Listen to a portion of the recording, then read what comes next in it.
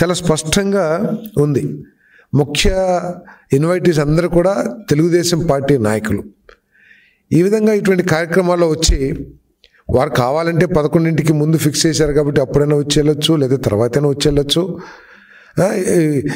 వీరందరికీ కూడా తెలిసిందే. ఇంతకుముందు లోకేష్ గారు మీటింగ్ పెడితే టెలికాన్ఫరెన్స్ ఏ విధంగా ఇంక్లూడ్ అయిపోయి ఇటువంటి చిల్లర చేష్టలన్నీ కూడా వారికి వెన్నతో పెట్టిన విద్య.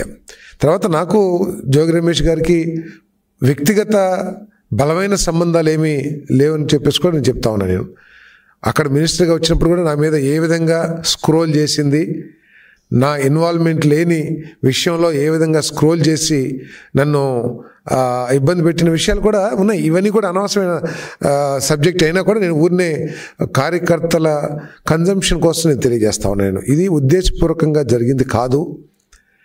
ఇది నేను ఆలోచించింది ఏమిటంటే, గౌర సంఘీయులందరూ కూడా ఎంతో అభిమానంతో ఎంతో గొప్పగా అక్కడ దాదాపు 300-400 వెహికల్స్తో ర్యాలీ అన్నీ పెట్టి గొప్పగా చేసుకుంటున్నారు. కాబట్టి వారికి మనం సహకారం అందిస్తే మన పార్టీకి గౌడ సోదరుల సపోర్ట్ ఇంకా పెరుగుతుందని చెప్పేసి నేను ఆలోచించాను తప్పితే వేరే విధంగా ఆలోచించలేదు. అది కాకుండా అక్కడ ఉన్న వారందరూ కూడా ఎక్కువగా తెలుగుదేశం పార్టీ విజయానికి నా విజయం కోసం కష్టపడ్డ వాళ్ళు ఎక్కువగా ఆర్గనైజేషన్లో ఉన్నారు. కాబట్టి నేను మిగతా విషయాల్లో పెద్ద పట్టించుకోలేదని చెప్పేసి కూడా నేను మనవి చేస్తా ఉన్నాను. అక్కడ ఏదైనా చిన్న రప్చర్ చేసిన గౌడ సంఘీయులందరూ కూడా బాధపడి తర్వాత పార్టీకి ఏమన్నా తప్పుగా అన్వయిస్తారేమో నేను చేస్తేని. సరే, ఇదంతా కూడా ఏంటంటే ఊగిస్లాట్లో నేను ఏమి చేసి ఉండకపోవచ్చు.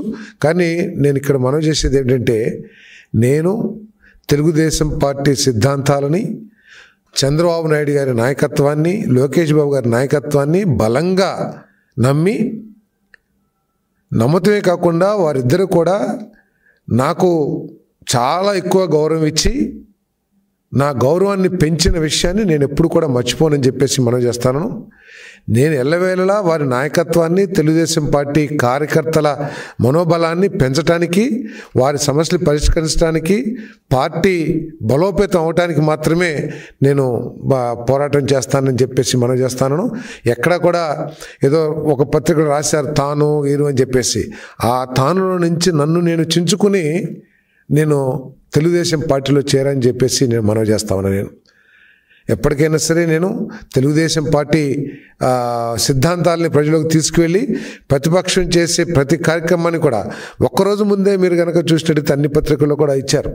తెలుగుదేశం పార్టీ వారు పేరు నాని గారు వీళ్ళంతా కూడా అమ్మేసి పారిపోయారని చెప్పేసి కూడా నేను ఇవ్వటం జరిగింది.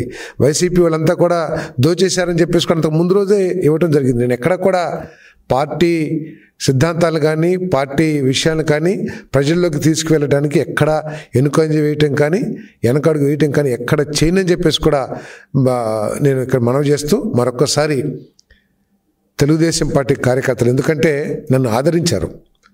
నేను కేవలం 5-6 నెలల ముందు పార్టీలో చేరినా కూడా తెలుగుదేశం పార్టీ కార్యకర్తలందరూ కూడా నన్ను ఆదరించి నూజివీడు ఎప్పుడు కూడా వైసీపీకి బలమైన నియోజకవర్గంలో నన్ను గెలిపించిన విషయాన్ని నేను ఎప్పుడు కూడా మర్చిపోనని చెప్పేసి మనం చేస్తాను. అందుకనే నా వ్యవహార శైలి కానీ నా పనితనం కానీ చూసినట్లయితే ఎప్పుడు నియోజకవర్గంలో తెలుగుదేశం పార్టీ కార్యకర్తలను బలోపేతం చేయడానికి, గ్రామాల్లో వివక్షాపూరితమైన పరిస్థితులు లేకుండా ఉండటానికి, తెలుగుదేశం పార్టీకి మేలు జరిగే విధంగానే నేను చర్యలు కానీ నిర్ణయాలు కానీ లేదా పనితనం కానీ చేస్తానని చెప్పేసి కూడా ఈ సందర్భంగా మనం చేస్తామని నేను ఈవెన్ మొన్న ఎలక్షన్లో కూడా నీటి సంఘాలని ఎక్కడ కూడా కొంతమంది చెప్తున్నారు సారథి గారు ఏదో వైసీపీ వాళ్ళకి సపోర్ట్ చేస్తానని చెప్పేసి. నిన్న జరిగిన 83 ఎన్నో ఉన్నాయి 93 నా నియోజకవర్గం నీటి సంఘాలు, దాంట్లో ఒక్క పేరు కూడా నేను చెప్పలేదని చెప్పేసి మనం చేస్తా ఉన్నాను. నేను అడిగింది ఒక్కటే, దీనికి రూల్ ఆఫ్ రిజర్వేషన్ లేదు, కానీ మన పార్టీ లైన్ 50% రిజర్వేషన్ సామాజిక న్యాయం చేయాలని ఉంది. కాబట్టి మీరు ఎవరిని చేసుకున్నా ఏం చేసినా ఉన్న వాటన్నిటిలో 50% ఎస్సీ బీసీలకు వచ్చేటట్లు మీరు చర్యలు తీసుకోండి అని చెప్పాను. చెప్తే పలానా వ్యక్తికి ఇవ్వండి, ఈ వ్యక్తికి ఇవ్వండి అని కూడా నేను చెప్పలేదని చెప్పేసి మనం చేస్తాను. అదేవిధంగా డీసీ వచ్చింది, మాకు 2 డీసీలు ఉన్నాయి. ఒక డీసీ వాళ్ళు వచ్చారు, వస్తే నేను ఒకటే చెప్పాను, దాంట్లో నేను చెప్పేది ఏముంది బ్రదర్, అందరూ నాకు కష్టం పనిచేశారు, నేను ఒక పేరు నేను చెప్పలేను. 5 టీసీల్లో ఒక డీసీ కావాలి కాబట్టి 5 మన పెద్దలందరూ కూర్చుని మీరు నిర్ణయం తీసుకుంటే దానికి నేను సంతకం పెట్టాల్సి వస్తే సంతకం పెట్టి, లేకపోతే ఫోన్ చేసి చెప్పి నేను చేస్తాను తప్పితే దీంట్లో ఇన్వాల్వ్ కానని కూడా నేను చెప్పడం జరిగిందని చెప్పేసి మీకు మనం చేస్తాను. నేను ఎక్కడ కూడా కాకపోతే ఇంతకుముందు నాకు వైసీపీలో ఉన్న సామాన్య ప్రజానీకంతో, నేను కూడా ఒక వైసీపీలోనో కాంగ్రెస్లోనే ఉండి వచ్చా కాబట్టి సామాన్య ప్రజానీకానికి నేను దగ్గరగా ఉండటానికి ప్రయత్నం చేసేవాడిని నా రాజకీయ జీవితం అంతా కూడా. ఆ సంబంధాల్ని నేను మన పార్టీ బలోపేతం చేయడానికి నేను కృషి చేస్తాను చెప్తే, మొన్న కూడా జగ్గేపేట వెళ్ళాను నేను.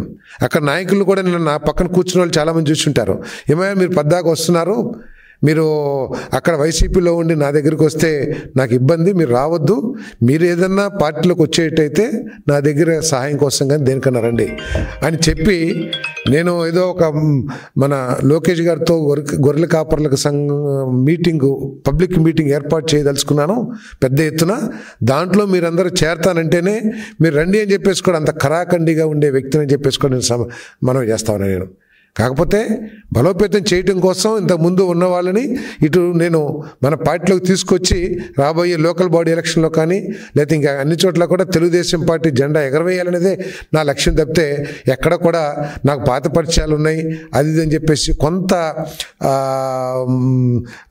కొన్ని పత్రికల్లో రాసినందుకు కొంత మనసు బాధ వేసినా కూడా నేను ఒకటే చెప్తున్నా, ఆ తానులో వాడినైనా కూడా ఆ తానులో నుంచి నన్ను నేను చింపుకొని తెలుగుదేశం పార్టీ సిద్ధాంతాలు, ప్రత్యేకంగా చంద్రబాబు నాయుడు గారు లోకేష్ పని విధానం, వారి ఆలోచన విధానం నచ్చి నేను వచ్చాను.